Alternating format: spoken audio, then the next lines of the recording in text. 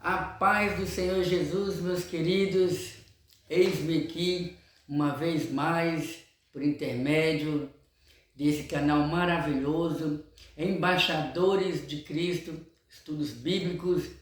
Mais uma vez estaremos estudando as Sagradas Escrituras e você que nesse dia maravilhoso está recebendo de Deus essa rica oportunidade de poder estudar a Bíblia Sagrada comigo. Já convido você, vamos falar com Deus, porque Ele é o nosso Senhor. Vamos falar com o Senhor Jesus, a qual a Sagrada Escritura deixa bem claro que Ele ressuscitou dentre os mortos e vive para todos sempre. Querido Deus, em nome do Senhor Jesus, Pai, eu quero agradecer ao Senhor pela minha vida, pela vida de todos que estarão vendo esse vídeo ou ouvindo essa palavra que será ministrada aqui nesse dia. Que o Senhor possa abençoar de maneira poderosa, meu Deus, a vida de cada um, nos ajudando, Senhor, a conhecer o Senhor cada vez mais, através do Teu Santo Espírito, através da Tua palavra. Em nome de Jesus, é o que nós te pedimos. Amém. Graças a Deus que nos dá a vitória por intermédio do Senhor Jesus. Esse é o canal Embaixadores de Cristo, Estudos Bíblicos, e esse que vos fala é o seu amigo e irmão em Cristo, Edmilson. E como eu prometi, né, e a gente tem cumprido com a permissão de Deus, né, estamos estudando o livro do profeta Ezequiel, baseado nas nossas lições bíblicas desse trimestre.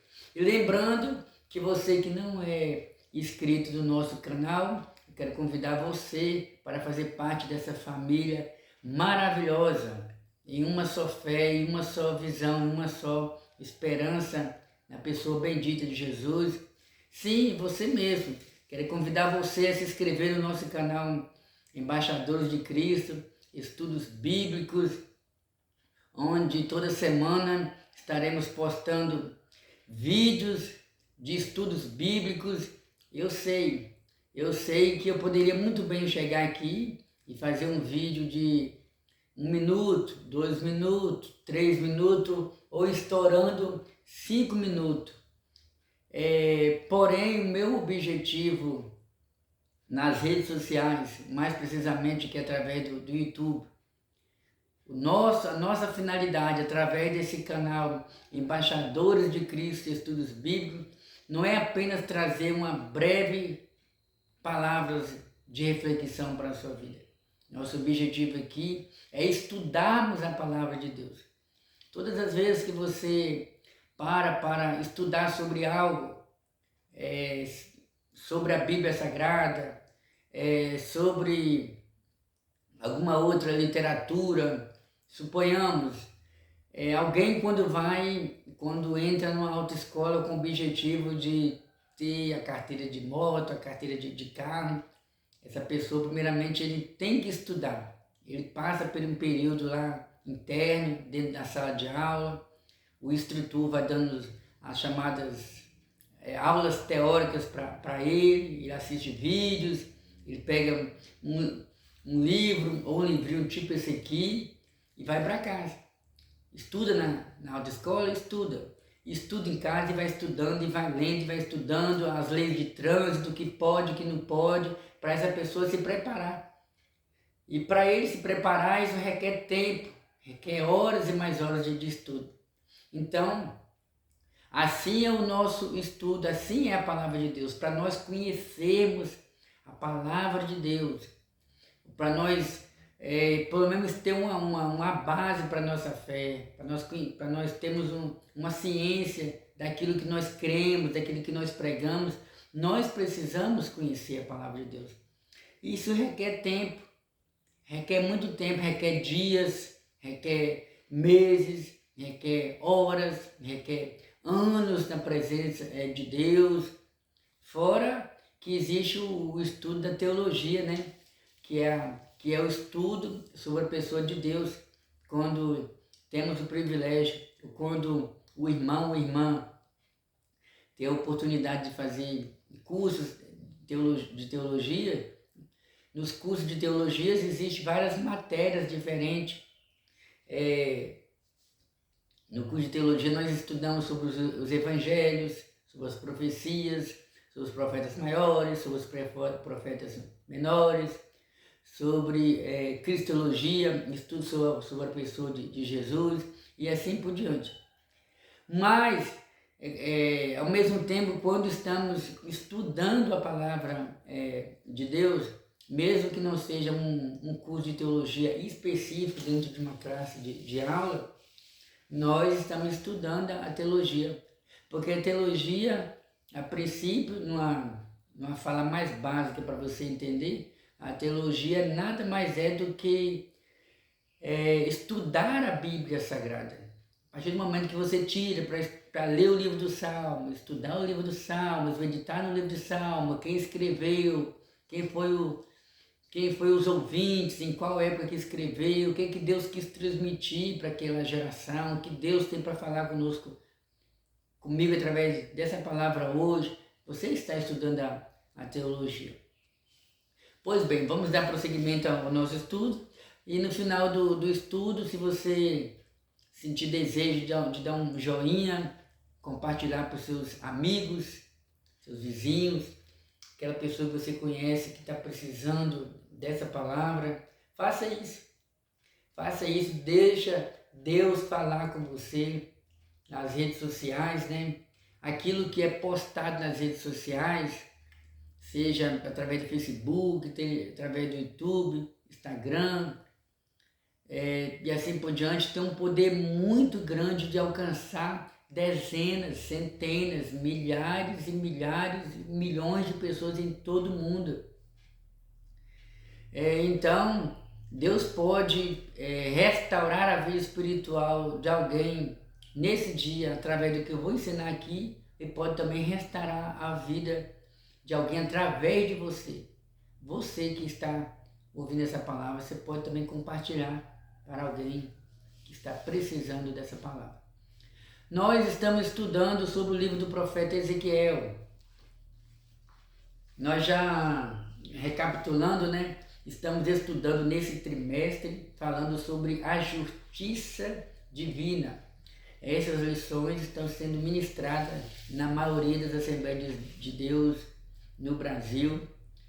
E Deus tem usado nosso comentarista para nos trazer essas lições tão ricas, né?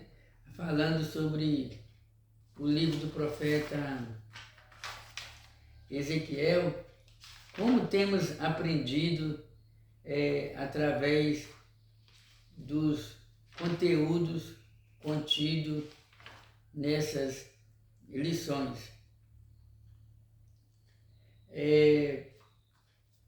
Nós paramos, não sei se os irmãos lembram, nós paramos na terceira lição, nós ministramos a lição 1, recapitulando para você que não assistiu o primeiro, o segundo, o terceiro vídeo que nós fizemos sobre o profeta Ezequiel.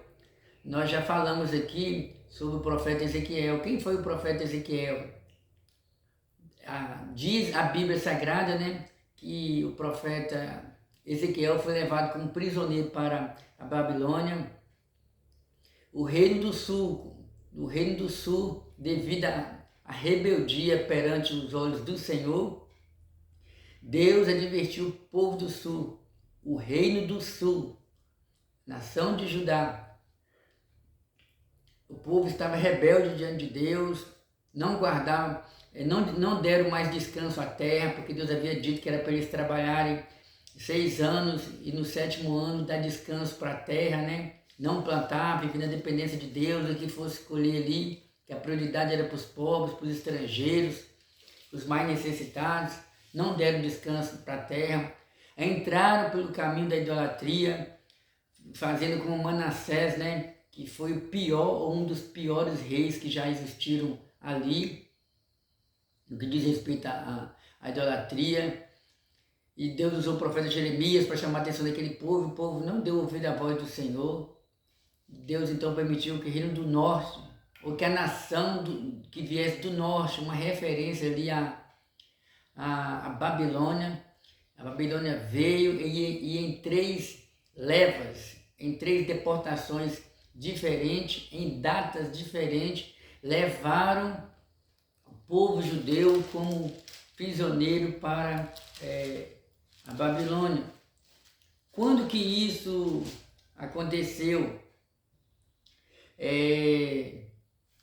Segundo a maioria dos comentaristas, baseado também em escritores da época ou em livros da época, baseado também naquilo que os historiadores dizem, baseado na história dos judeus, enfim, chega-se à conclusão que aproximadamente no ano 597 antes de Cristo, o profeta Ezequiel ele foi levado como prisioneiro para a Babilônia. A princípio, o profeta Daniel e seus 3 amigos, que a Bíblia identifica, como Sadraque, Mesaque e Abednego. E lembrando que esse nome Sadraque, Mesaque e Abednego foram nomes que eles herdaram ali em Babilônia. E Ezequiel chegou ali com 25 anos em Babilônia, Ele era sacerdote, estava sendo instruído para ser sacerdote. 5 anos após sua chegada em Babilônia, Deus o separa para ser profeta. E Deus começa a usar Ezequiel como profeta em Babilônia. Deus continua usando Daniel ali no palácio, na corte real em Babilônia, junto à liderança ali de Babilônia. E o profeta Jeremias continuou sendo usado pelo Senhor em Judá, em Jerusalém, para advertir o povo. E nós já falamos sobre a chamada do profeta Ezequiel e assim por diante. Agora nós vamos estudar essa lição, é a lição número 4, é uma lição que já foi ministrada, mas eu sei que já foi ministrada na igreja, mas eu sei que essas lições não são ministradas em todas as igrejas cristãs do mundo. Sei que você que está me ouvindo agora, que você pode estar até mesmo em um hospital, em um leito, talvez está internado, talvez passou por uma cirurgia, e graças a Deus deu tudo bem, e está aguardando a recuperação para voltar para sua casa. Talvez você que está me ouvindo nesse momento está...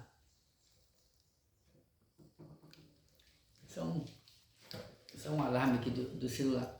Talvez você esteja no hospital aguardando o momento de passar por alguma cirurgia. Deus, Ele tem o poder de restaurar a sua saúde. Passe por essa cirurgia, mas passe confiando em Jesus, que Ele é o médico dos médicos. Isso não estava nos projetos falar aqui, porque estamos falando sobre o profeta Ezequiel. Mas pode ser que alguém que vai ver esse vídeo esteja acamado no hospital, em casa, na casa de algum parente, em algum lugar. Mas teve acesso ao celular, você que acessou a internet agora, o YouTube. Deus, Ele tem um poder de restaurar a sua saúde física. Volto a repetir, passe por essa cirurgia, mas passe confiando em Jesus, o médico dos médicos. E lembre-se, a principal cura deve ser a sua cura espiritual. Jesus, Ele curou muitas pessoas no passado. No passado dentro da nossa cronologia humana. O passado diz respeito a quando Ele esteve aqui há 2000 anos atrás. Mas como Deus, Jesus sempre existiu. Jesus curou muitas pessoas quando Ele esteve aqui na Terra. Mas muitas pessoas foram curadas de feridas físicas, pessoas que eram cegas, mudas, paralíticos, coxos, surdos. As pessoas foram curadas fisicamente, mas pode ser que nem todas elas tenham sido curadas espiritualmente, porque a pior doença é a doença da alma. Às vezes o indivíduo tem tudo do bom e do melhor, mas falta-lhe a comunhão com Deus, a paz de espírito. E essa aí, infelizmente, muita gente está com essa doença. Por que não dizer uma boa parte da humanidade precisa ter essa paz de espírito, precisa ter essa comunhão com Deus, essa cura espiritual. Pois bem, vamos dar prosseguimento aqui.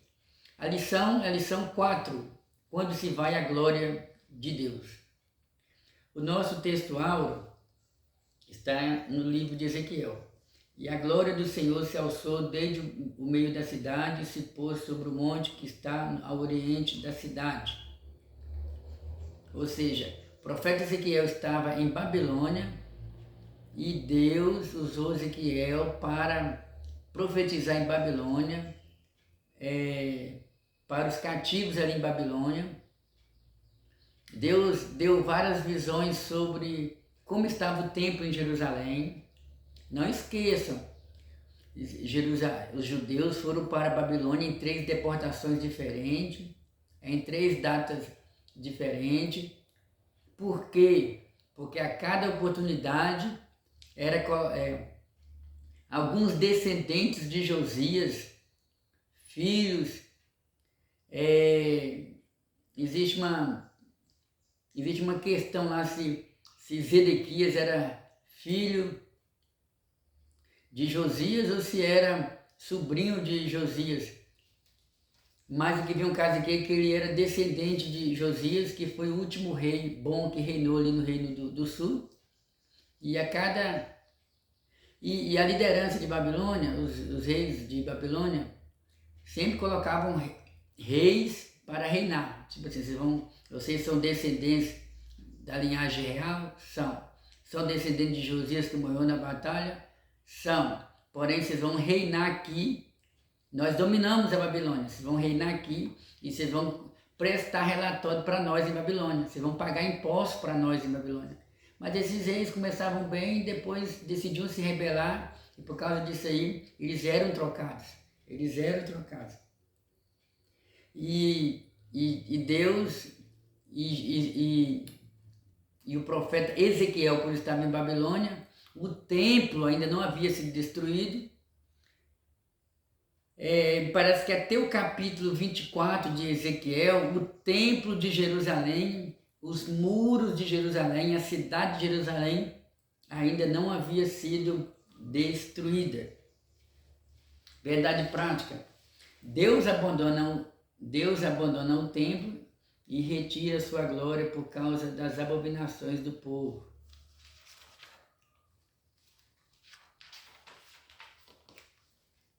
A nossa leitura bíblica se encontra no livro do profeta Ezequiel, capítulo 9, versículo 3, capítulo 10, versículo 14, 18, 19, capítulo 11, versículo 22 e versículo 25. Vamos ver o que está escrito aqui. Você também na sua casa, ou aonde você estiver, você pode acompanhar. Você pode pegar a sua Bíblia e abrir a sua Bíblia no livro do profeta Ezequiel, capítulo 9, versículo 3, capítulo 10, versículo 14, 18, 19, 20 e até o 25. E lembrando que se você tiver alguma dúvida sobre o nosso estudo bíblico, se você tiver interesse de conhecer algum texto bíblico, você pode estar fazendo a sua pergunta aí e nós poderemos tentar responder para você. E a glória do Deus de Israel se levantou do querubim sobre o qual estava, até a entrada da casa, e clamou ao homem vestido de linho que tinha o tinteiro de escrivão à sua cinta. Então se levantou a glória do Senhor de sobre o querubim para a entrada da casa, e encheu-se a casa de uma nuvem, e o átrio se encheu do resplendor da glória do Senhor. Então saiu a glória do Senhor da entrada da casa e parou sobre os querubins. E os querubins alçaram as suas asas e se elevaram na terra aos meus olhos. Quando saíram, e as rodas os acompanhavam, e pararam à entrada da porta oriental da casa do Senhor, e a glória do Deus de Israel estava no alto, sobre eles. Então os querubins elevaram as suas asas, e as rodas os acompanhavam, e a glória do Deus de Israel estava no alto sobre eles. E a glória do Senhor se alçou desde o meio da cidade e se pôs sobre o monte que está ao oriente da cidade. Depois o Espírito me levantou e me levou em visão à Caldeia, para os cativos, para os do cativeiro, e se foi de mim a visão que eu tinha visto. E falei aos do cativeiro todas as coisas que o Senhor me tinha mostrado. Amém. Vamos agora meditar na introdução. Vamos ver o que o comentarista tem a nos dizer aqui na introdução. A glória de Deus representava a presença de Javé no templo. Quando Deus mandou Moisés construir o tabernáculo, explicou a razão desta. E me farão um santuário, e habitarei no meio deles. Essa presença não era incondicional. O povo tinha compromisso de acordo com a aliança feita no Sinai. Mas esse pacto havia sido violado. O objetivo da presente lição é esclarecer sobre a retirada da glória de Deus do santuário de Jerusalém. Amém? Nós louvamos a Deus pela presença dEle na nossa vida. Nós louvamos a Deus pela presença dEle nesse mundo. A palavra de Deus nos diz que os céus manifestam a glória de Deus. Mesmo que, infelizmente, muitos que se dizem ateus ou gnósticos, ou que não acreditam em nada relacionado a Deus, como uma pessoa, como ser e assim por diante, mas existem dezenas, centenas, milhares de provas sobre a existência desse Deus Todo-Poderoso.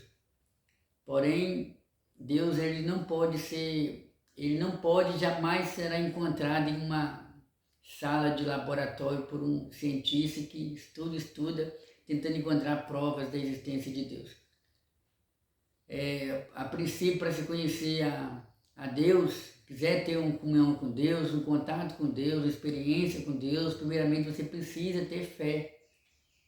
A palavra de Deus diz que a fé é o firme fundamento das coisas que não se vê, das coisas que se esperam. E Jesus falou que Ele é Espírito e Ele importa que os verdadeiros adoradores adorem a Ele em Espírito e em verdade. Mas falando sobre a presença de Deus no Antigo Testamento, Deus ele sempre quis se relacionar com o ser humano. E a palavra de Deus nos diz que a presença de Deus, ela esteve presente no tabernáculo, ela esteve presente no templo construído por Salomão. Mas vamos aqui por etapa. O comentarista ele diz que a glória de Deus representava a presença de Deus no templo. Vocês se recordam? Está escrito no livro de Êxodo, capítulo 25, versículo 8, que Deus orientou Moisés para construir um tabernáculo. Lembrando que Deus tirou o povo de Israel do Egito, como está registrado no livro de Êxodo. Israel estava ali aprisionado no Egito há aproximadamente 400 a 430 anos. Aí Deus levanta Moisés, chama Moisés, separa Moisés e E diz a Bíblia que Deus, com mão forte, abre o mar vermelho, manda, a princípio, manda 10 pragas ali sobre o Egito.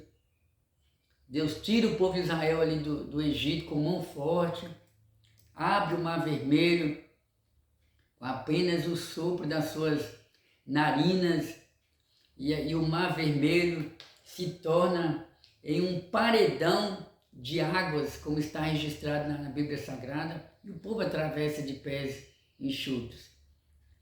E diz a Bíblia, né, que Deus ele quis se manifestar entre o povo. E Deus então dá uma orientação para Moisés, falando que era para Moisés, juntamente, né, com a equipe que Deus orientasse ali. Me fugiu até o nome agora dos dois principais obreiros, né, que Deus usou para construir esse tabernáculo. Mas diz a Bíblia que esse tabernáculo ele foi construído. E o que era o tabernáculo? O tabernáculo ele era ele era quadrado, né? Ele tinha uma cerca e ele tinha 4, como ele era quadrado, no caso aí ele tinha 4 repartições.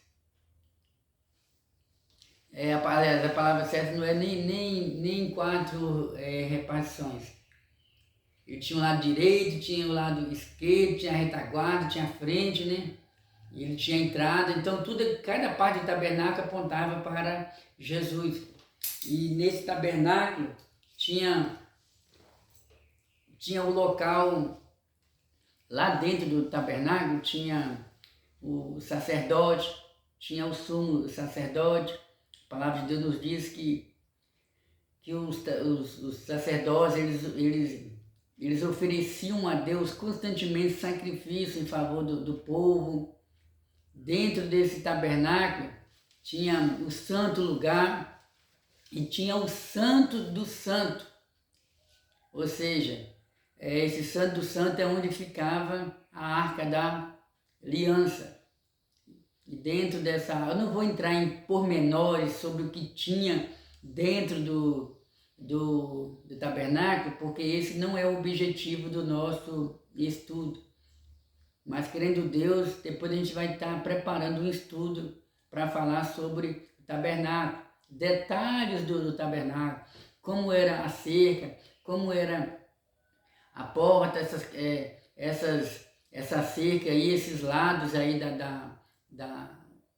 lado direito, lado esquerdo, essa cerca aí, nesse quadrado aí, o que representa, o que simboliza na tipologia bíblica, aponta para quê, essa porta aponta para quê, lembrando que essa porta aponta para Jesus, o único caminho, qual era a função do sacerdote, qual era a função dos levitas, como era o altar de sacrifício, como era o altar, como era a pia de bronze, para que servia a pia de bronze, para que servia o candelabro que ficava no santo lugar, o que era, para que servia as cortinas que tinha ali no tabernáculo, como era o santo do santo, o que tinha dentro do santo do santo, mas como está dentro do contexto aqui falar sobre a presença de Deus, dentro do santo do santo existia a arca da aliança, e essa arca da aliança, dentro dessa arca da aliança, tinha, como é que eu posso dizer, tinha alguns objetos, como por exemplo, tinha a vara de Arão. Arão ele era irmão de Moisés. Arão veio da tribo de Levi, e diz a Bíblia que Deus escolheu Arão para ser o primeiro sacerdote, o primeiro sumo sacerdote ali, que Deus escolheu para interceder em favor do povo, e o povo ficou em dúvida. Arão foi escolhido porque Arão era irmão de Moisés, e Moisés só escolhe quem ele quer e assim por diante, e Deus então deu um sinal para o povo de Israel. Deus ordenou que os chefes de cada tribo cada um pegasse uma vara, e aquela vara que florescesse seria a pessoa do qual Deus escolheu. E a única vara que floresceu ali foi a vara de Arão. Então essa vara estava dentro da Arca da Aliança para lembrar o povo que Deus havia escolhido Arão, da tribo de Levi, e os seus descendentes para serem sacerdotes ali em Israel, ou seja, intermediadores entre o povo e Deus. Dentro da Arca da Aliança também tinha um maná, um potinho, a gente pode dizer um potinho, ou então apenas ou alguns maná, ou manares, né? O que era o maná? A Bíblia fala que Deus, ele sustentou o povo de Israel durante 40 anos com o maná que descia do céu, ou seja, era o pão. Deus, durante 40 anos, enviou o pão de cada dia para o povo de Israel ali no Egito. Não tinha padaria, não tinha como eles produzirem tanto alimento.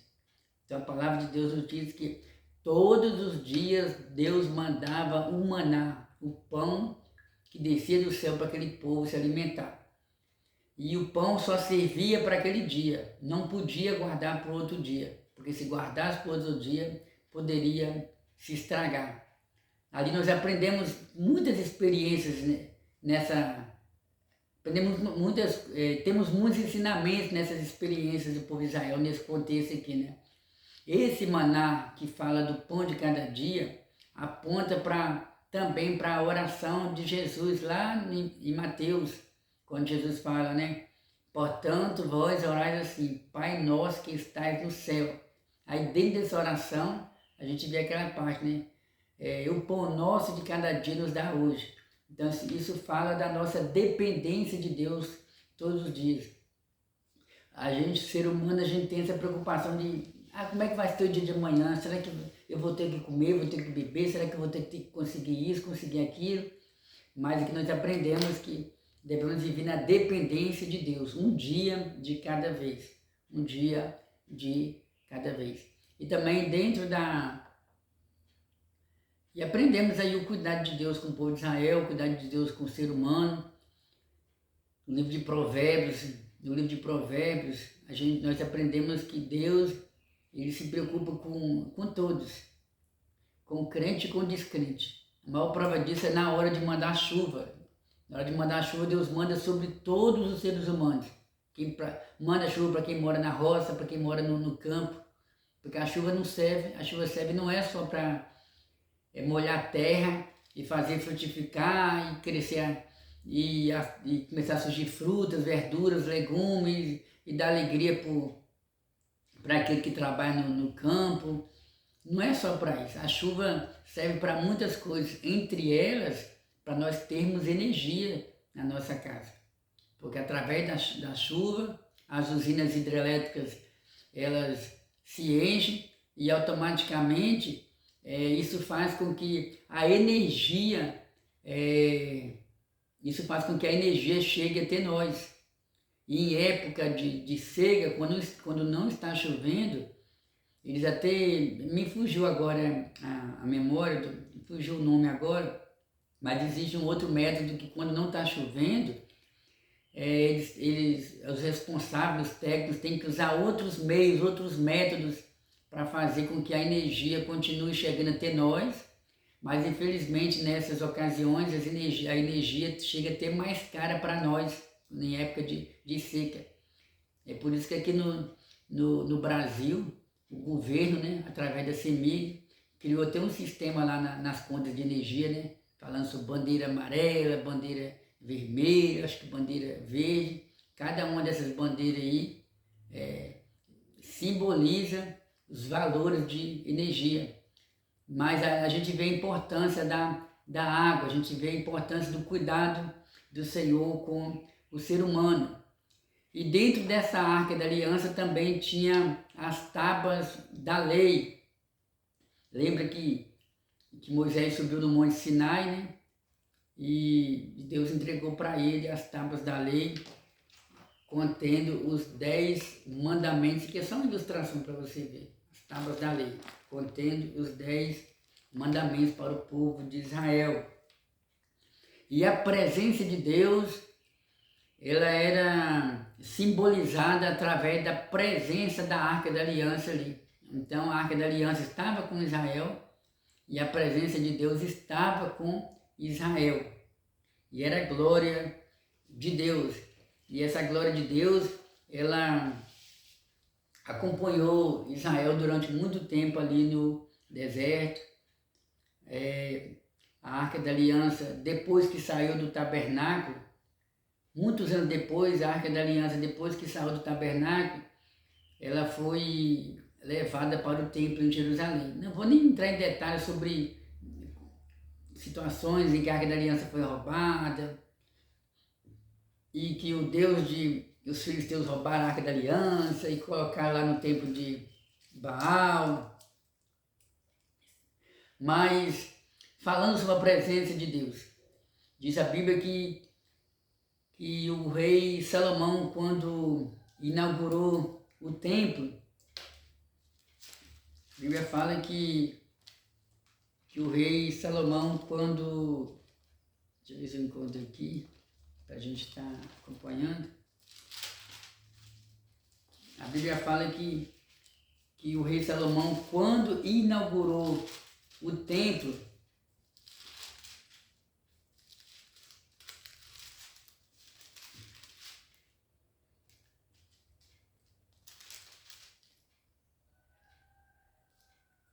aqui está registrado aqui em 2 Crônicas, capítulo 7, você pode acompanhar também na sua casa.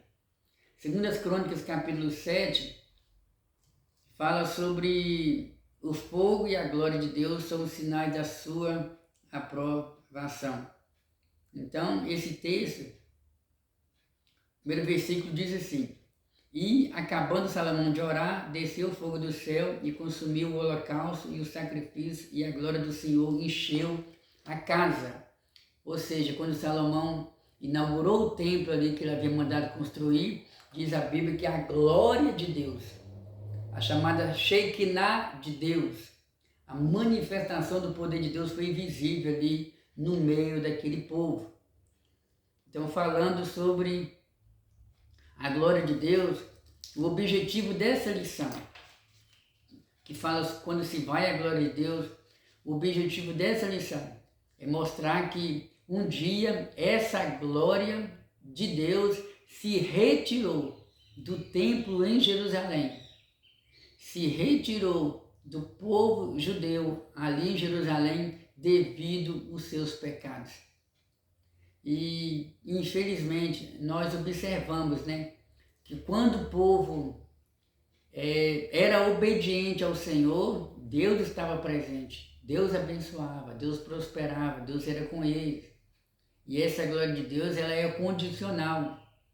Essa glória de Deus aqui para nós, numa linguagem mais simples e mais básica para você entender, essa glória de Deus fala também da presença do Senhor. A Bíblia fala, entre várias promessas de Deus, tem um texto bíblico que diz que estarei convosco, enquanto vós estiveres comigo.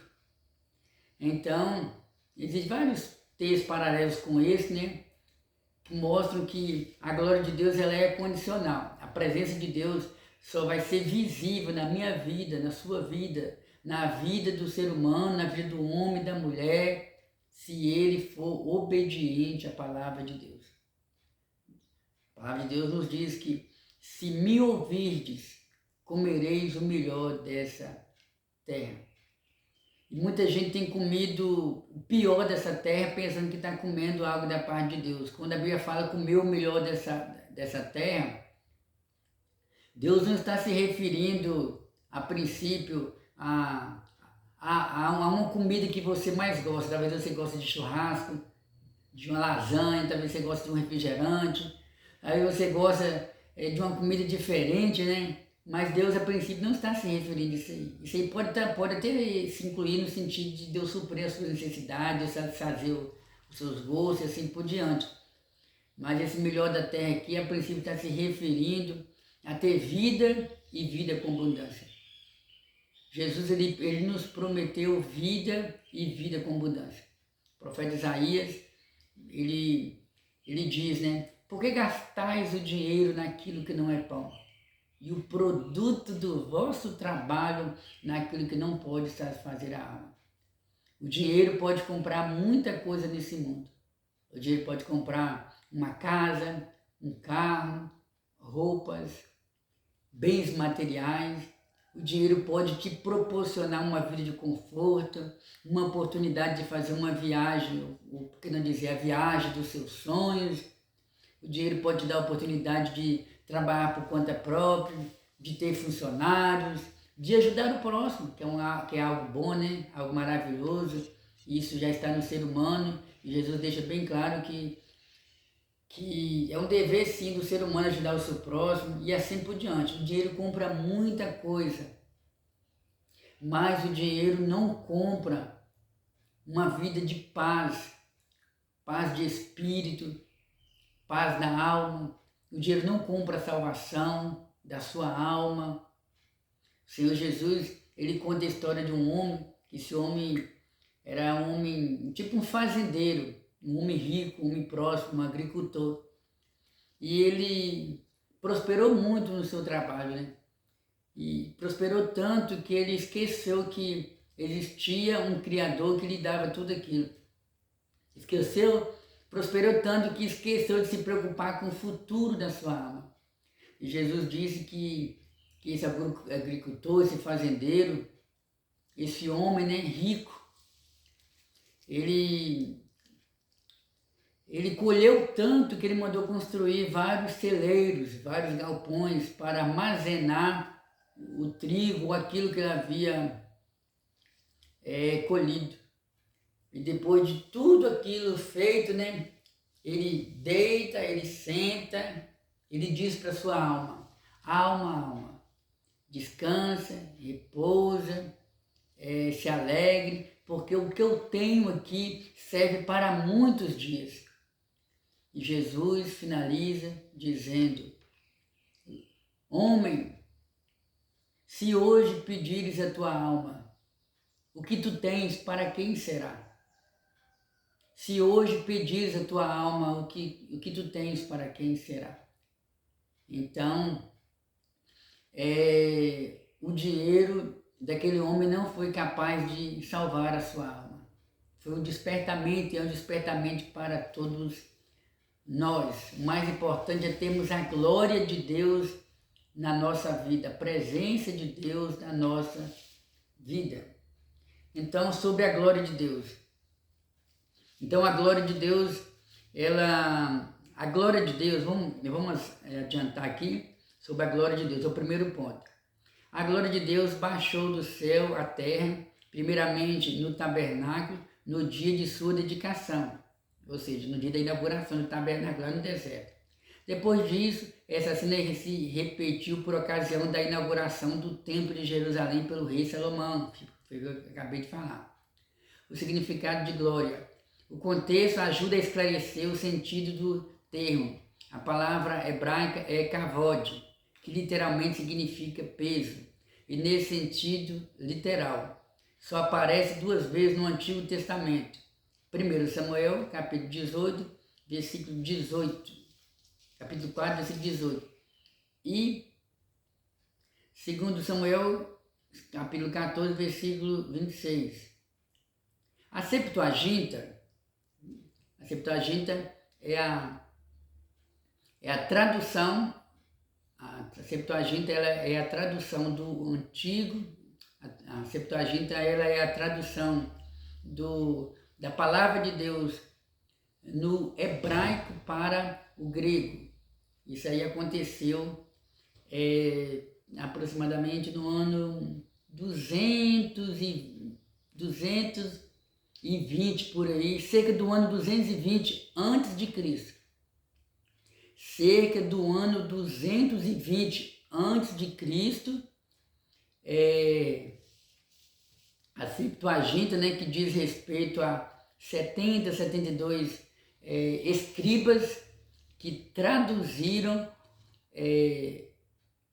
uma boa parte do Antigo Testamento, de uma boa parte, porque o Antigo Testamento, escrito no hebraico, que foi traduzido para o grego, não foi traduzido 100% apenas por esses 72 escribas. Eles traduziram uma parte, e segundo historiadores, né, segundo alguns comentaristas bíblicos, né, o restante do Antigo Testamento foi sendo traduzido aos poucos, mas o principal foi traduzido, porque nessa época aqui, na época da Septuaginta aqui, o idioma mais falado era o grego. E então, a fim de que a palavra de Deus fosse, que também isso aqui já é fruto isso aqui já é uma necessidade de um outro estudo sobre o que é a Septuaginta mais detalhado, mas o que vem ao caso aqui é que a Septuaginta é a antiga versão grega do Antigo Testamento. Que também, no decorrer dos estudos, a gente vai estar preparando. Vamos por etapa, a gente vai tirar momento para estudarmos a palavra de Deus. A palavra de Deus é um oceano. Você mergulha, você cava, você estuda, mais estuda, e quanto mais você estuda, você chega à conclusão que ainda está como se fosse um menino no que diz respeito a conhecer o Senhor. Porque Deus tem muita coisa para revelar para nós. Então, falando aqui sobre a Septuaginta, né? A Septuaginta antiga, versão grega do Antigo Testamento, emprega vários termos, entre eles dosha, glória, resplendor, poder, honra, reputação e time, valor, honra. Mas nas visões de Ezequiel, glória indica o resplendor pela presença do Senhor. Essa é a descrição feita pelo próprio profeta. O vocábulo hebraico Shekinah ou Shekinah, geralmente, peço até perdão aos irmãos, hein, porque existem palavras hebraicas que é difícil se expressar da maneira correta. Mas o comentarista está trazendo para nós o significado da palavra glória de Deus no Antigo Testamento, geralmente usado entre os crentes como glória, não aparece na Bíblia. Olha só, o vocábulo hebraico Shekinah, geralmente usado entre os crentes como glória, não aparece na Bíblia, porém é frequente no judaísmo. Ou seja, então a glória de Deus indica o resplendor pela presença de Deus. Diz a Bíblia que Moisés, quando desceu do monte, ele passou um período ali de oração, de consagração com Deus. E Moisés, quando desceu do monte, o rosto dele brilhava, mas brilhava muito, sabe? Ele colocou até um véu sobre si, e quando ele tirava o véu, né, quando ele tirou o véu, o rosto dele brilhava muito. E ele próprio não conseguia enxergar essa glória, ele próprio não conseguia enxergar essa manifestação da presença de Deus. Mas os outros que o cercaram viram. Aqui nós aprendemos algo interessante. Nós aprendemos que são as pessoas que nos cercam, elas têm essa oportunidade de enxergar Deus na minha vida. Elas têm a oportunidade de enxergar Deus em sua vida através dos frutos. Tem até o ditado popular que diz que não é só um ditado popular, tem base bíblica isso que eu vou falar. Jesus falou, né, pelos frutos conhecereis as árvores. Pelos frutos conhecereis a árvore. Então, através do bom testemunho que a pessoa dá, a gente percebe se essa pessoa é um cristão ou não, se essa pessoa é de boa índole ou não, se essa pessoa vem de uma família boa ou não, se essa pessoa tem bons princípios ou não. E falando da glória de Deus, quando o indivíduo ele tem um encontro com o Senhor Jesus, é praticamente impossível ele permanecer do mesmo jeito. O apóstolo Paulo ele fala na primeira carta aos Coríntios, capítulo 5, versículo 17, que se alguém está em Cristo, nova criatura é. As coisas velhas já se passaram, eis que tudo se fez novo. Então a glória de Deus ela é visível, ela foi visível na vida de Moisés. Então a glória de Deus fala da presença de Deus. A glória de Deus, ela se manifestou aos filhos de Israel quando Moisés dedicou o tabernáculo a Deus. Era a presença de Deus no meio do povo, que acompanhou Israel nas suas jornadas no deserto, até o início do reinado de Salomão. Olha só, ela se manifestou aos filhos de Israel quando Moisés dedicou o tabernáculo a Deus. Nós falamos sobre isso aí na inauguração do tabernáculo. Era a presença de Deus no meio do povo que acompanhou Israel nas suas jornadas no deserto até o início do reinado de Salomão. E a presença de Deus foi real, né? A Bíblia fala que o povo de dia, cerca de 3 milhões de pessoas atravessando o deserto, indo para a terra prometida, a terra de Canaã. Diz a Bíblia que de dia o povo era guiado por uma nuvem. E de noite, que eu não pesquisei, mas isso é bem notório. De noite no deserto é um sol insuportável, mas de dia a temperatura muda e fica frio. E a Bíblia fala que o povo de Israel era guiado de dia por uma nuvem e à noite eles eram guiados por uma coluna de fogo. Era a presença de Deus no meio do povo. Período em que a Arca da Aliança foi transferida do tabernáculo para o templo que Salomão construiu em Jerusalém. A glória de Deus encheu toda a casa. Nós já falamos sobre isso aí, que a princípio a glória de Deus estava no tabernáculo, a arca foi levada para o templo, e na inauguração do templo a glória de Deus encheu o templo. E da mesma forma, no culto de dedicação do templo. Desde então ele se comprometeu em manter seus olhos fixos e os seus ouvidos atentos à oração nesse templo. Ou seja, Deus prometeu que os seus ouvidos estariam abertos para ouvir as orações que eram feitas ali no templo em Jerusalém. Engana-se, infelizmente, a pessoa, por falta de um conhecimento, acaba criticando aqueles que se preocupam em adorar a Deus no templo. Há quem pense assim, não existe na Bíblia texto que nos mostra que Deus mandou construir igrejas, ou que Deus mandou construir templos. Eu não vejo necessidade de cultuar a Deus no templo. Eu prefiro ser um cristão em casa, eu prefiro ser um crente no meu lar, eu prefiro ser um cristão, mas um cristão neutro, prefiro não ter relacionamento com outras pessoas na igreja, em qualquer comunidade, qualquer encontro e assim por diante. Tem pessoas que criticam duramente aqueles que vão ao templo adorar a Deus porque querem ser cristão do jeito deles, porque não é do jeito que a Bíblia ensina. Paulo diz que nós somos templos do Espírito Santo.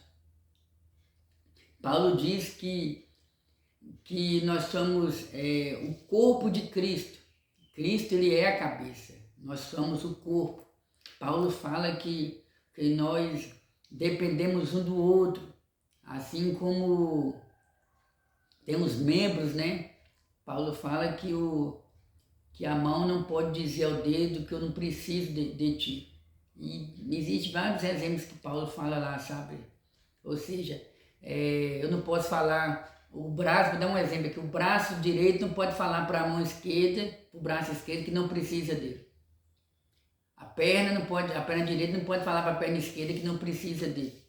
Então Paulo fala que nós somos membros uns dos outros, membros do corpo de Cristo. Então existe sim essa necessidade de cultuar a Deus no templo. Prova é que aqui a gente vê Salomão construindo um templo para o povo adorar a Deus. Segundo, lá no passado Deus mandou construir um tabernáculo para manifestar a presença dele no meio do povo. Esse tabernáculo ao redor do tabernáculo ficavam as 12 tribos. Lembra que eu falei? 3, 6, 9, 12. Lembra que eu falei que o tabernáculo ele tinha 4 lados diferentes? 4 lados diferentes? Em cada lado ficava 3 tribos. Em cada lado ficava 3 tribos. Aí você junta 3, mais 3, 6, mais 3, 9 e mais 3, 12. As 12 tribos de Israel. Em cada lado ficava 3 tribos e o tabernáculo no meio, a presença de Deus no meio do povo. E esse templo, esse templo de Salomão, ele foi destruído aproximadamente aqui no ano 500 e pouco, né? Vamos colocar aqui, cerca do ano 550. Vou dar um exemplo aqui. Cerca do ano 550 a.C., esse templo foi destruído. Aí passaram mais de 70 anos depois, quando os judeus foram libertos do cativeiro, reconstruíram o templo, mas a bênção de Deus não era mais como antes ali, e assim por diante. Aí veio na época de Herodes, quando Jesus veio a esse mundo, esse templo aqui, que havia sido destruído, a glória de Deus havia saído de lá. E o templo depois foi reconstruído quando o povo judeu saiu do cativeiro. E isso está registrado no livro do profeta Ageu, está registrado no livro de Neemias, está registrado no livro de Esdra, está registrado no livro de Malaquias, está registrado no livro de Zacarias, para você entender os fatos bíblicos. Então, esse templo ele foi reconstruído após o cativeiro. Aí, na época de Jesus, esse templo já havia passado por uma ou outras reformas, e o principal reformador foi o Herodes, o primeiro Herodes que teve ali em Jerusalém, que a Bíblia fala sobre outros Herodes. Esse outros Herodes aí está se referindo aos filhos e aos netos do primeiro Herodes. A Bíblia fala sobre Herodes Antipas, a Bíblia fala sobre Herodes Agripa, a Bíblia fala sobre Herodes Filipe. E aí você vai estudar aí, se você tiver sede de conhecimentos para aprender sobre a história, né? Aí você vai ter que pesquisar, para você não cair o erro de pregar, de ensinar, ou de entender. Quando a Bíblia fala de um Herodes, quando a fala de Herodes que mandou matar todas as criancinhas ali no tempo em que Jesus nasceu, não é o mesmo Herodes lá do livro de Atos que mandou matar Tiago, não. Aí você vai pesquisar para saber quem foi esse Herodes. Foi Herodes pai? Foi Herodes filho? Foi Herodes o neto? Então nós estamos falando sobre a glória do templo. Aí em Mateus capítulo 24, Jesus fala sobre esse templo. Mateus capítulo 24, versículo 1, o templo em Jerusalém, o lugar de adoração, segundo alguns comentaristas, era considerado uma das 7 maravilhas do templo antigo. Era muito visitado, não era só para os judeus, era gente de várias partes do mundo. E os apóstolos maravilhados com o templo, né? Jesus até disse, derrubarei esse templo e em 3 dias o edificarei. Mas ali Jesus estava se referindo ao seu corpo que iria ser morto, mas ao 3º dia iria ser sepultado. Mas ali o contexto de Mateus 24 está se referindo a uma outra coisa. Jesus aproveita ali o contexto para profetizar sobre sinais do fim dos tempos, né? Jesus também fala sobre a vinda dele, mas ali Jesus diz, né? Não vede essas pedras? Em verdade vos digo que chegará um tempo em que não ficará pedra sobre pedra que não seja derribada ou derrubada. Era Jesus profetizando sobre a invasão a invasão dos romanos no ano 70 depois de Cristo, invadir Jerusalém, destruir o templo, só restou o muro conhecido até hoje como o Muro das Lamentações, onde os judeus adoram até hoje. Você pode ir lá para pesquisar nas redes sociais, você vai ver os judeus que até hoje aguardam o Messias, né, no entendimento deles, né, eles estão sempre lá perante o Muro das Lamentações, orando. Eles têm o hábito de orar dessa seguinte maneira, assim. e eles levam os pedidos de oração e colocam lá nas brechas dos muros. Então vamos continuar aqui, então a glória de Deus. Segundo ponto aqui, sobre a retirada da glória de Deus. Essa retirada aconteceu em alguns estágios. A glória se levantou do querubim sobre a arca da aliança, passou para a entrada no templo, parou sobre os querubins e aos poucos afastou-se completamente do templo. Por fim, a glória de Deus se pôs sobre o Monte das Oliveiras. Ou seja, era a visão do profeta Ezequiel. Essa retirada aconteceu em alguns estágios, em datas diferentes. Eu esqueci de falar para os irmãos, eu estava falando sobre a Arca da Aliança, esqueci de falar que por cima da Arca da Aliança tinha o propiciatório, né? E que era também conhecido como propiciatório, e por cima do propiciatório tinha 2 anjos, né? Que havia chama de querubins, e eles ficavam de frente um para o outro. E esses querubins eram anjos que, como se protegesse a glória de Deus. Diz a Bíblia que quando Adão e Eva pecaram contra Deus, eles foram expulsos dos jardins e Deus colocou ali anjos querubins. E o profeta Ezequiel teve essa visão dos querubins, né? Nós já estudamos sobre isso, falando sobre os querubins. Ezequiel capítulo 1, quando Ezequiel estava ali próximo a rio Quebar, ele teve uma visão do céu se abrindo e ele viu os anjos querubins. Nós já falamos sobre isso aí, que eram anjos que tinham quatro rostos, né? Anjos que tinham 4 rostos, rosto de homem, rosto de boi, rosto de águia. Me fugiu qual era o outro aqui agora também, o rosto de anjo. Aí depois você pode pesquisar lá, para você tirar toda e qualquer dúvida. Depois você pode estar pesquisando aí na sua Bíblia, Ezequiel capítulo 1, versículo 1, para você entender sobre essa visão dos querubins. E aqui o comentarista diz que a glória se levantou do querubins. Ezequiel teve a visão, e na visão ele viu que a glória se levantou do querubins, que estava sobre a Arca da Aliança, passou para a entrada do templo. Isso aqui já não está se referindo lá no passado do deserto, não, que está falando da visão que Ezequiel teve lá no templo.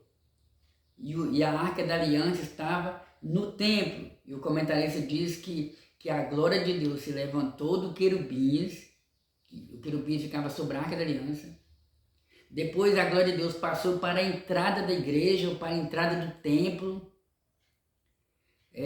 Depois a glória pairou sobre os querubins, ficou sobre os querubins. E aos poucos afastou-se completamente da igreja, do templo, para você entender melhor. Por fim, a glória de Deus se pôs sobre o Monte das Oliveiras. Então a gente vê que a glória de Deus foi saindo aos poucos ali da presença de Jerusalém. Nós estudamos em estudos anteriores, né? Nós aprendemos que Deus mostrou para Ezequiel a situação, Deus deu uma visão sobrenatural para Ezequiel. Ezequiel estava ali em Babilônia, e Deus mostrou para Ezequiel como estavam os adoradores que haviam ficado em Jerusalém, como estavam os sacerdotes, como estavam os sumos sacerdotes, como estava a liderança que havia ficado em Jerusalém, como estavam os ricos e os pobres adorando, né? Adorando ali no templo. Eles adoravam o sol, deixaram de adorar a Deus e começaram a adorar o sol, começaram a adorar o deus Moloque, começaram a adorar Baal, começaram a adorar imagens de escultura que estavam desenhadas na parede. Tudo isso nós aprendemos na lição passada. As abominações, tem até um tema aqui, né? Inclusive, até o tema da lição 3, né? as abominações no templo, ou as abominações do templo. Nós estudamos sobre isso. Então, o que nós aprendemos sobre isso? Nós aprendemos que a glória de Deus, ela pode sair da nossa vida, se a gente não vigiar, ela pode sair aos poucos. Talvez você que está me ouvindo, você não consegue mais sentir Deus falar com você, ou você não consegue mais sentir aquela comunhão que você sentia antes com Deus. Talvez você não consegue mais sentir, talvez você não é mais aquela pessoa cheia do Espírito Santo, cheia da graça, cheia de poder, de comunhão com Deus. Talvez você já perdeu a sua comunhão com Deus, a sua amizade com Deus. Talvez você sente que a glória de Deus se foi da sua vida, a presença de Deus se foi da sua vida. Mas nesse dia, Deus, Ele te chama, Ele te convida. Ainda é tempo, você ainda pode voltar a sentir a presença de Deus. Da mesma forma que a glória de Deus foi saindo aos poucos do templo ali em Jerusalém, nós aprendemos também através das experiências que a gente vai vendo no dia a dia, né, que se o servo de Deus ele não vigiar, não buscar a presença de Deus, a glória de Deus vai saindo aos poucos da vida dele. E muitos de nós não percebemos isso. Às vezes quando a pessoa... É tipo o pecado. O pecado ele vai chegando aos poucos, a vaidade vai chegando aos poucos, os prazeres por esse mundo vai dominando a pessoa aos poucos. E se ele não vigiar, a glória de Deus também vai saindo aos poucos. O Espírito Santo vai entristecendo e vai saindo aos poucos da vida dessa pessoa. Se você que está ouvindo essa palavra percebe que o Espírito Santo não faz mais morada na sua vida, porque a glória de Deus saiu da sua vida por algum pecado, por algum erro, nesse dia Deus te chama. Jesus falou, vinde a mim todos que estáis cansados e oprimidos, e eu vos aliviarei. O querubim e a nuvem. O profeta está se referindo aos 2 querubins do propiciatório e da Arca da Aliança, ou às 4 criaturas da visão inaugural do capítulo 1. Nós já falamos sobre isso aí. Qualquer que seja a interpretação, a verdade é que isso indica a retirada da presença de Deus. A presença de Deus é mais importante do que qualquer coisa nesse mundo. Não troque a presença de Deus, por um bem material. Não troque a presença de Deus por um relacionamento. Não troque a presença de Deus por coisas passageiras desse mundo ou dessa vida. O escritor, no livro de Eclesiastes, né, Salomão, ele deixa bem claro que ele teve tudo que os seus olhos desejaram. Ele foi o homem mais rico do seu tempo. Mas ele escreve lá no livro de Eclesiastes que vaidade, tudo é vaidade. E que o mais importante é o homem temer a Deus e guardar os seus mandamentos. Tem alguma coisa impedindo a presença de Deus na sua vida? Peça ao Senhor para retirar. Porque a presença de Deus vale mais do que ouro, do que prata. Escolha Jesus. Faça como Maria, escolha Jesus. Jesus visitou a aldeia de Betânia, mais precisamente Marta, Maria, e ali a gente observa que Marta continuou dos afazeres ali da casa, e Maria preferiu deixar tudo para depois. Se desse a fazer depois, bem, se não desse, Maria preferiu dar atenção para Jesus. E Marta ficou afadigada. Jesus fala com Maria para me ajudar, e Jesus falou para Marta, Marta, você está afadigada com tantas coisas, mas uma coisa é o mais necessário. E Maria escolheu a melhor parte, escolheu ficar com Jesus. Qualquer que seja a sua interpretação, é verdade que isso indica a retirada da presença de Deus. Essa nuvem está associada à presença pessoal de Javé durante a peregrinação do deserto, do tabernáculo, permanentemente desde a inauguração do tabernáculo. Finalmente, no templo, essa presença divina atingiu seu clímax com a manifestação do Filho de Deus. Oh, glória a Deus! Glória a Deus por essa palavra. E o Verbo se fez carne e habitou entre nós, e vimos a sua glória como a glória do unigênito do Pai, cheio de graça e de verdade. Então, o comentarista, ele diz que a glória de Deus ela alcançou um clímax total com a vinda de Jesus a esse mundo. Diz a Bíblia, né, que quando o povo judeu saiu do cativeiro babilônico, pode entrar. Diz a Bíblia que quando o povo saiu do cativeiro babilônico e reconstruiu o cativeiro, e reconstruiu o templo. Oi, meu filho. Papai tá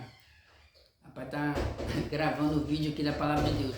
Fica lá com a mamãe, daqui a pouco o papai vai. Não toque, papai está ensinando a palavra aqui agora. Não acordou. Tá bom.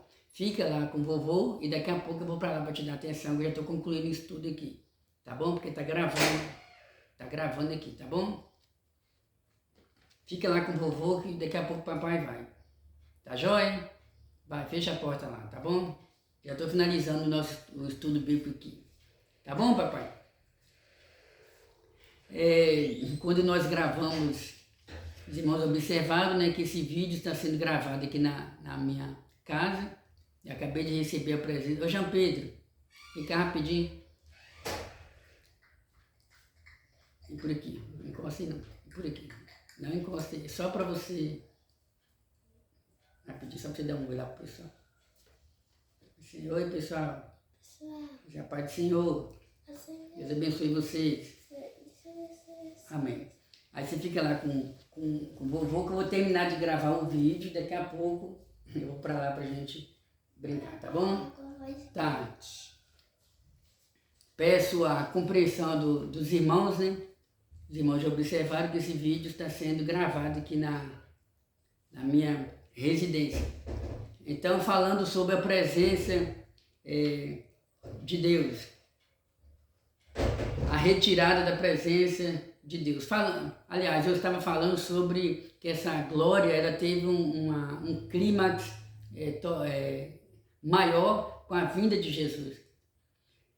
Depois do cativeiro babilônico, depois de 70 anos do cativeiro babilônico, o povo voltou para sua terra, reconstruiu o templo, como está escrito em Ageu, capítulo 1, capítulo 2. Depois que eles construíram o templo, eles chegaram à conclusão que aquele templo não podia nem ser comparado com o templo da época de Salomão. Então Deus usa o profeta Ageu para dizer que a glória, tentar animar o povo, né? Porque o profeta de Deus, ele não pode ser terrorista. O profeta de Deus, ele não é terrorista. Ele não vem com profecias de derrota. Ele vem com profecias de ânimo, profecias bíblicas. O profeta de Deus, ele fala a verdade no que diz respeito a pessoa abandonar o pecado para servir a Deus. Ele fala a verdade no que diz respeito à profecia sobre os fins do mundo. Mas o profeta de Deus, ele tem essa finalidade também de animar o povo. O apóstolo Paulo, ele fala que a profecia bíblica, ela vem para exortar, corrigir e consolar. Exortar, corrigir e consolar. Se Deus tem usado alguém para exortar você, corrigir você, é porque Jesus te ama, Jesus não quer ver você no mau caminho. E aqui o profeta Ageu, ele anima o povo dizendo: a glória dessa última casa será maior do que a primeira. Anime-se, gente, porque a glória dessa última casa será maior do que a primeira. E nós acreditamos, né? Nós acreditamos que essa glória aí, entre outros, tem outros significados para essa palavra do profeta Ageu. E um dos significados está se referindo a Jesus, que é a glória máxima de Deus, é a presença máxima de Deus nesse mundo. Então essa glória de Deus é uma referência à presença de Jesus.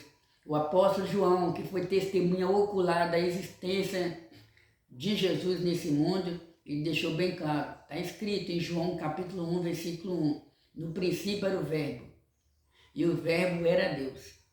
E o Verbo estava com Deus. Então ali é João testificando sobre Jesus que era a palavra. Jesus que é a palavra se fez verbo, se fez carne. No princípio era o Verbo, no princípio era a palavra. E a palavra se fez carne, habitou no ventre de Maria através do Espírito Santo. É a retirada da presença de Deus. Eu vou adiantar aqui, irmãos, devido ao tempo, né? Nosso tempo já está acabando, né? A retirada da presença de Deus. A glória de Jafé pairou sobre os querubins e aos poucos afastou-se completamente do templo. O profeta contempla a glória se levantando da porta e se movendo para a carruagem do trono que estava parada para descer em cima dos querubins. Nessa visão, Ezequiel acompanha a glória de Deus flutuando sobre os querubins e vê a carruagem divina se mover para a porta principal do templo, para a sua partida definitiva. A saída da glória de Deus representava a retirada de sua presença. Com isso se aproxima a destruição do templo. Essa casa foi destruída pelos caldeus em 587 a.C., no mês quarto, aos 9 do mês, que corresponde a 14 de agosto de 587. Quero até aproveitar a oportunidade para fazer uma correção aqui, porque eu havia dito que o templo havia sido destruído aproximadamente no ano 550 a.C., mas o comentarista nos tira essa dúvida aqui e ele deixa bem claro que o templo do Senhor em Jerusalém foi destruído no ano 587 a.C. E lembrando que nem sempre todos os comentaristas têm a mesma opinião. É por isso que, dependendo de datas, você sempre vai observar lá cerca do ano tal ou aproximadamente no ano tal, por causa das dúvidas com relação à data.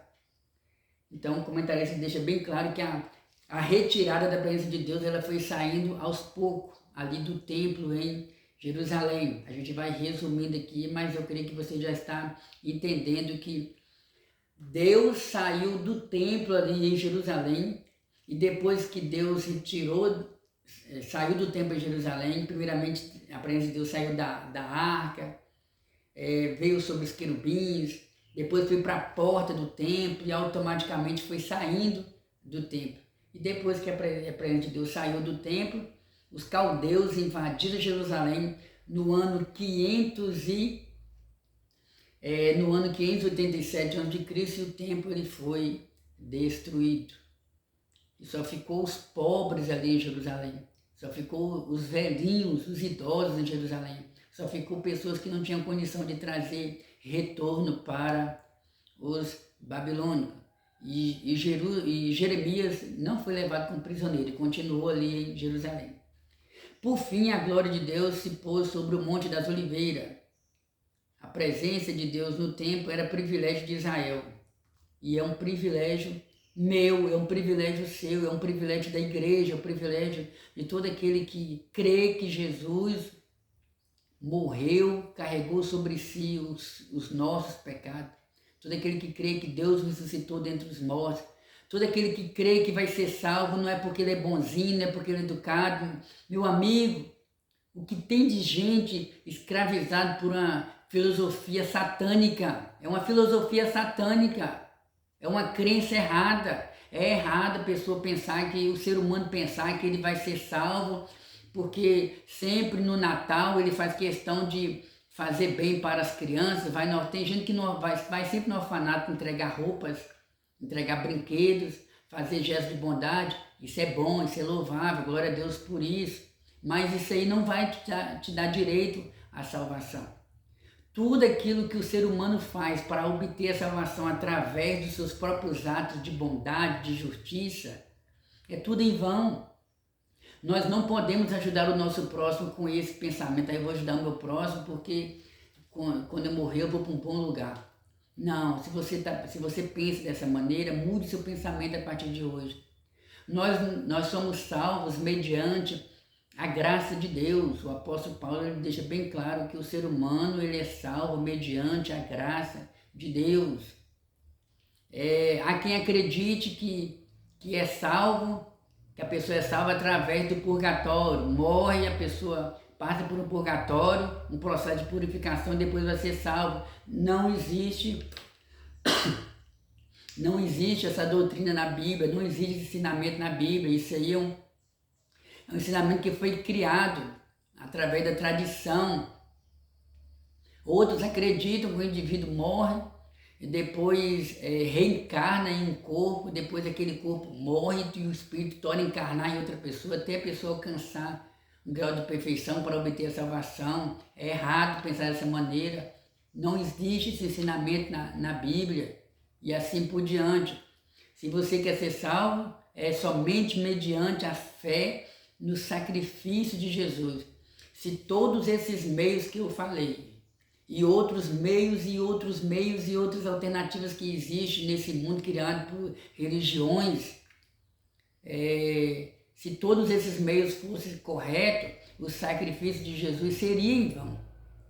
Se o homem pudesse se salvar através apenas dos seus meios que ele cria, não precisaria Jesus ter vindo nesse mundo. A Bíblia fala que ele foi o sacrifício perfeito.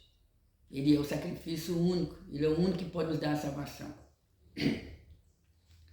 Então, por fim, a glória de Deus se pôs sobre o Monte das Oliveiras. Essa referência que fala que a glória de Deus se pôs sobre o Monte das Oliveiras, lembra que eu falei que a glória de Deus alcançou o clímax máximo com a vinda de Jesus nesse mundo? E aqui o comentarista está falando que a glória de Deus se pôs sobre o Monte das Oliveiras. Diz a Bíblia que quando Jesus ressuscitou, ele ficou cerca de 40 dias com os discípulos.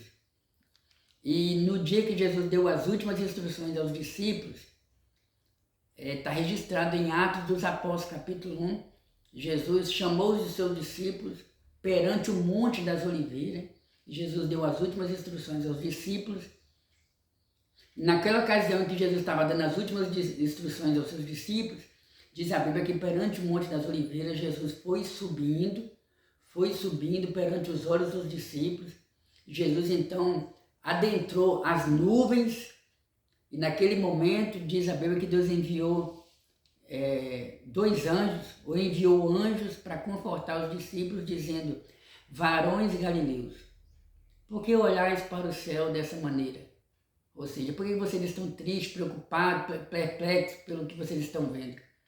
Saiba que da mesma maneira que esse que vocês viram, da mesma maneira que esse Jesus subiu para o céu, que Jesus subiu para o céu, que da mesma maneira que vocês viram Jesus subir para o céu, um dia ele voltará. Um dia ele voltará. Isso está registrado em Atos dos Apóstolos, capítulo 1. Ou seja, a glória de Deus que saiu do templo e foi para o Monte das Oliveiras. Jesus, que é a glória máxima de Deus, se despediu dos discípulos perante o Monte das Oliveiras e foi para o céu. E um dia ele voltará. Jesus ele disse em João capítulo 14, versículo 1, não se turbe o vosso coração. Credes em Deus, credes também em mim. Na casa do meu Pai há muitas moradas. A Nova Jerusalém é real, ela existe, ela está inabitada.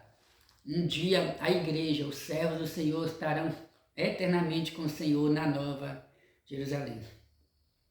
Então a presença de Deus ela é um privilégio para nós. Sobre o segundo templo, Ciro, rei da Pérsia, baixou o decreto que pôs fins ao cativeiro. Ciro, rei da Pérsia, baixou o decreto. Nós iremos colocar uma vírgula aqui, que nós iremos fazer 2 vídeos sobre esse estudo, que é um estudo extenso, é um estudo que exige mais detalhes. É por isso que eu deixei bem claro que meu objetivo não era só trazer uma breve palavra, Jesus te ama, Jesus te chama. Graças a Deus que existem vários vídeos na internet com breves mensagens bíblicas, mas o nosso objetivo ao criar esse estudo, esse canal, é trazermos um estudo bíblico mais detalhado.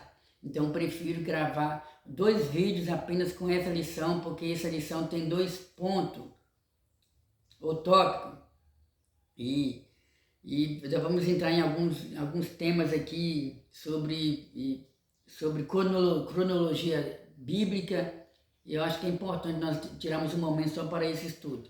Então a gente vai finalizar aqui e depois nós vamos gravar um outro vídeo. Meu Deus, em nome de Jesus, eu quero te agradecer pela vida de todos aqueles que ouviram a Tua palavra nesse momento. Pai, que o Senhor possa estender as Tuas mãos, Senhor, e abençoar aqueles que se encontram presos espiritualmente, quebra as algemas. Pai, abençoa os presidiários, traga o arrependimento aos seus corações, meu Deus, muda a vida dos presidiários, abençoa os doentes da alma, os doentes físicos. Pai, eu te louvo, meu Deus, por essa oportunidade. Meu Deus, venha colocar sede no coração da Tua igreja, venha colocar sede e fome pela Tua palavra no coração daqueles que ouviram essa palavra, e que cada um possa sentir desejo de conhecer o Senhor, em nome de Jesus, é o que eu te peço.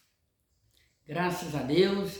Amigos, irmãos, chegamos ao final do nosso estudo bíblico nesse momento, lembrando que estaremos gravando um novo vídeo com esse mesmo tema, quando se vai a glória de Deus, porque ainda tem muita coisa maravilhosa, tem uma comida gostosa para a gente estar comendo daqui a pouco, né? Que é essa palavra, é a palavra de Deus. A palavra de Deus deixa bem claro que ela é alimento para a alma. E eu convido você para acompanhar o próximo vídeo que estaremos gravando, falando sobre quando se vai a glória de Deus. E lembrando que esse é o canal Embaixadora de Cristo, Estudos Bíblicos, isso que vos fala o seu amigo, irmão em Cristo, Edmilson. Eu quero convidar você a se inscrever no nosso canal, a deixar o seu joinha e a compartilhar com os seus amigos, vizinhos, a fim de que todos possam estar conhecendo a palavra de Deus. Teve alguma dúvida? Faça o seu comentário. Se porventura citei algo aqui fora do contexto, você também pode fazer o seu comentário. Ó, irmão Edmilson, eu li essa palavra um tal dia, estudei essa palavra e recebi uma orientação diferente, um entendimento diferente. A gente pode estar compartilhando, tá bom? Estamos aqui também para aprendermos uns com os outros, e eu aceito sugestões com relação ao nosso estudo bíblico, porque se você também tiver interesse de querer aprender algo relacionado à palavra de Deus, aí, irmão, eu gostaria de ouvir um estudo bíblico sobre o fim dos tempos, sinais da vinda de Jesus, sinais da vinda do mundo, fim do mundo, existem sinais para o arrebatamento, profecias bíblicas, livros históricos e assim por diante. A gente vai estar tentando tirar a dúvida aqui através da palavra de Deus. Um abraço e até o nosso próximo encontro.